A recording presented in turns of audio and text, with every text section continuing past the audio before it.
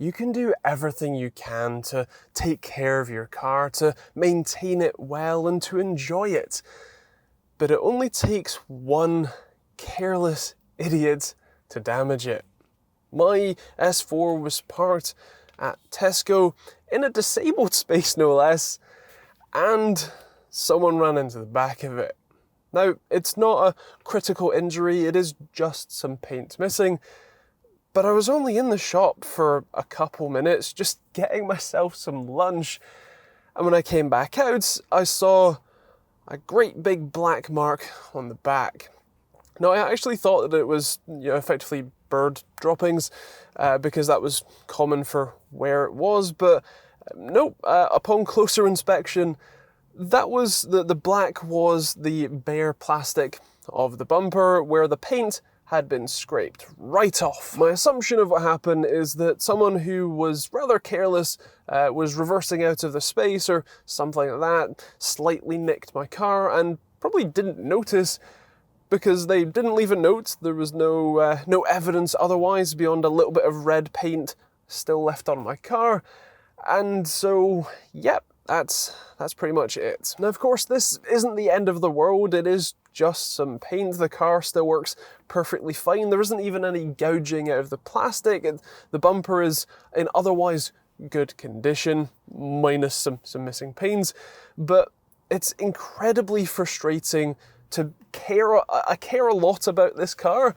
I do everything that I can to try and maintain it, keep it in good condition, drive it well so that I don't damage it, to keep up with its servicing, maintenance and all that jazz. And it just takes, like I said, one careless idiot to take that away from me. It's also incredibly frustrating knowing that it's going to be my expense fixing it, which I guess nicely brings us on to what you should do and what your options are if this sort of thing happens to you. It obviously depends on the extent of the damage. If it is a pretty significant impact, enough to do actual damage to bodywork, or especially like the crumple zones in the front and back, or even in the sides, then that is something that you'll need to go through your insurance to resolve. Or I suppose you could pay out of pocket, but that's what your insurance is for, so go through them. Now, assuming you can get the other driver's insurance policy information, at the end of the ordeal, you shouldn't be out of pocket. You may be required to pay your excess initially, although once your insurance company is able to collect a fee from the at-fault driver's insurance, then you should be refunded that value, that sum, and so at the end of things you shouldn't be out of pocket. If, however, the at-fault driver doesn't have insurance or it has fled the scene, then your response is likely to file a police report for both hit and run if they've fled and for potentially criminal damage. And then you contact your insurance company. Again, you're likely going to be out your excess, potentially fully, but again, it's going to be less money than trying to repair all of the stuff yourself. For me though, my excess is over £800, so any repair that's going to cost less than that, I basically shouldn't bother with my insurance to get that repaired. I just need to pony up and pay it myself, which is what I've done here. Now, if you are in a similar situation where it's not significant damage, it's, just some paint or whatever else, someone's smashed their door into the side of yours in a car park or whatever else, then I want to run you through the different options that you can look at to have that sort of thing repaired and talk about the different costs involved. Now, my first instinct with this sort of damage is to try and fix it myself and mostly to repaint it. Now, I've painted cars and accident damage in the past with varying levels of success and varying results, but the lessons that I've learned from it are that it's a lot easier on a flat, non-metallic paint color like this Ibis white. If you're trying to paint on a shiny metallic silver or, say, dark blue, that can be a lot more difficult, as finding a color match that's accurate can be really hard, and so you have to fade a lot wider, take a lot more paint off. And I would also highly recommend that if you are going to paint any car part yourself, When you get to the clear coat stage, use an activated 2K clear coat, which has a hardener in its sets, and you will need a proper respirator to spray that. It is nasty stuff, but it's also very resilient and goes on quite nicely. If you decide to go down the painting route, what you'll need to do is sand back the area around the damage. If there is any gouging into the plastic, then you want to use some filler and fill it in more than you need, and then sand it down flush. And then you can sand back the area so that it's a little rough and apply some primer once you have masked off every bit of your car that you do not want paint on. Trust me, it gets everywhere, so be careful. Now, you'll also want to have some way of making sure that there's not going to be any dust or bugs that fly and get stuck on it, whether that's taking the bumper off and painting it in your garage or shed, or in my case, my kitchen, or whether you create a little sort of spray booth around the area like I did for my Volvo. Either way, you need to protect it in some way, then you can get spraying. Once you've sprayed on some primer, you want to sand it back so that it's nice and flat, and then you can apply your colour coat.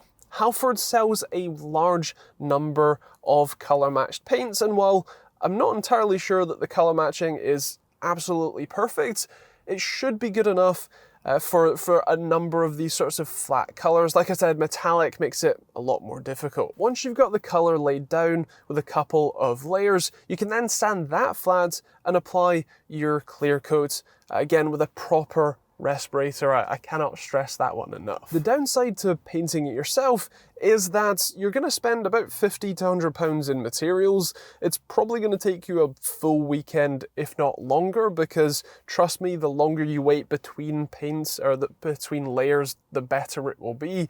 And you'll potentially want something like an orbital sander to sand things back nice and quickly, but if you don't already have one, that's another £50 or £100 that you need to spend.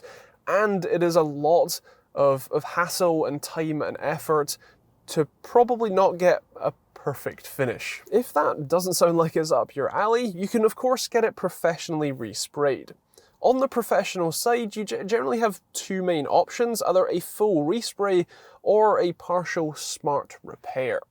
The latter is where they repair a small section around the damage, fade it out gently, and basically just repair that small area, whereas of course a full respray requires them to respray the whole part. In my case, I had the full bumper resprayed, but because it's a nice flat colour, it's relatively easy for them to either do a smart repair or a full respray where I had the damage. But if it's right on a panel line, or if it's sort of middle corner of the door, then you might end up paying a lot more, even for a smart repair, just to have a nice fade out, especially on those metallic colours. In my case, I got a quote from a local shop who quoted £250 for a full bumper respray, and so I took them up on the offer, specifically because, well, a smart repair would have been able to solve the problem that I had with that sort of accident damage.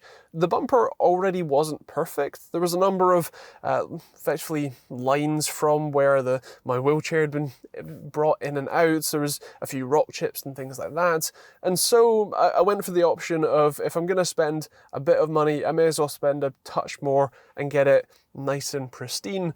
And so that's what I ended up doing. From afar, it looks fantastic. You cannot see where that damage was. Upon closer inspection, there are still a few imperfections, still a few little rock chips here or blemishes there, but overall, I am really happy with the result. I think it fits well with the overall, quality or rest of the paintwork. It's certainly not perfect, but it definitely looks better than it did, and so it's worth it for me. There is one more option that you have for repairing this sort of damage, which is a replacement part.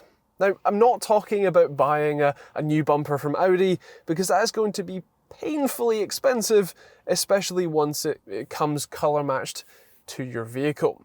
No, what I'm talking about is searching on eBay and Facebook Marketplace for a used bumper in reasonable condition. Now, this can be tricky, and you're probably going to spend a lot of time searching for the right one, but here are a few tips for you looking. Now, on something like eBay, you want to search for the make and model of your car, the paint color or paint code, and either the word bumper, or if you can't find good options there, try searching for the word braking. That's someone who has a full car, potentially an accident damaged car, something like that. A lot of scrapyards list them that way. And who's looking to sell random pieces, but doesn't necessarily want to dismantle the whole thing, take pictures of every part, and then list them all separately on eBay.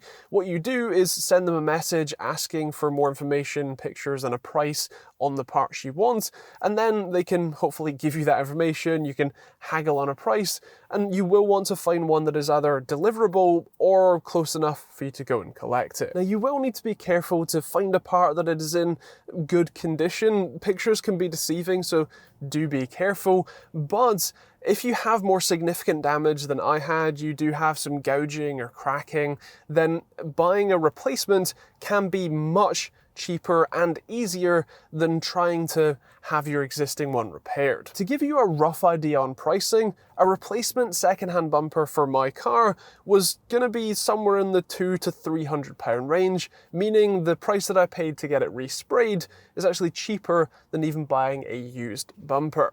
You might also need to be careful buying the exact right paint color and in the right spec for your model. In my case, the Audi A4 bumper, I believe, is ever so slightly different than the S4 one, and so I would have a bit of a mismatch if I went for that instead. So to round up, having someone else damage your stuff sucks, and you might end up out of pocket, which makes it even worse.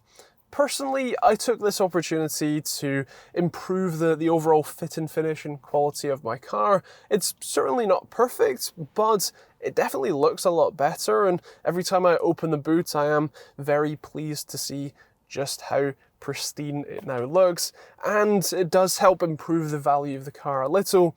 Not that I'm selling it, but more importantly, I'm just happy and pleased with the end result. I hope this video is helpful if you're in the same situation as me or as I was, and feel free to leave your thoughts and suggestions in the comments down below so that other people who are having these issues can learn from everybody and not just me. Now, with that said, if you want to see more videos like this one, or I suppose not like this one specifically, please no one hit my car, more, videos on my S4, videos on car reviews, guides, tutorials, all that stuff, then do hit that subscribe button and the bell notification icon. There's plenty of other videos on the end cards you can check out, and there's a few links in the description you can check out if you want to support me as well.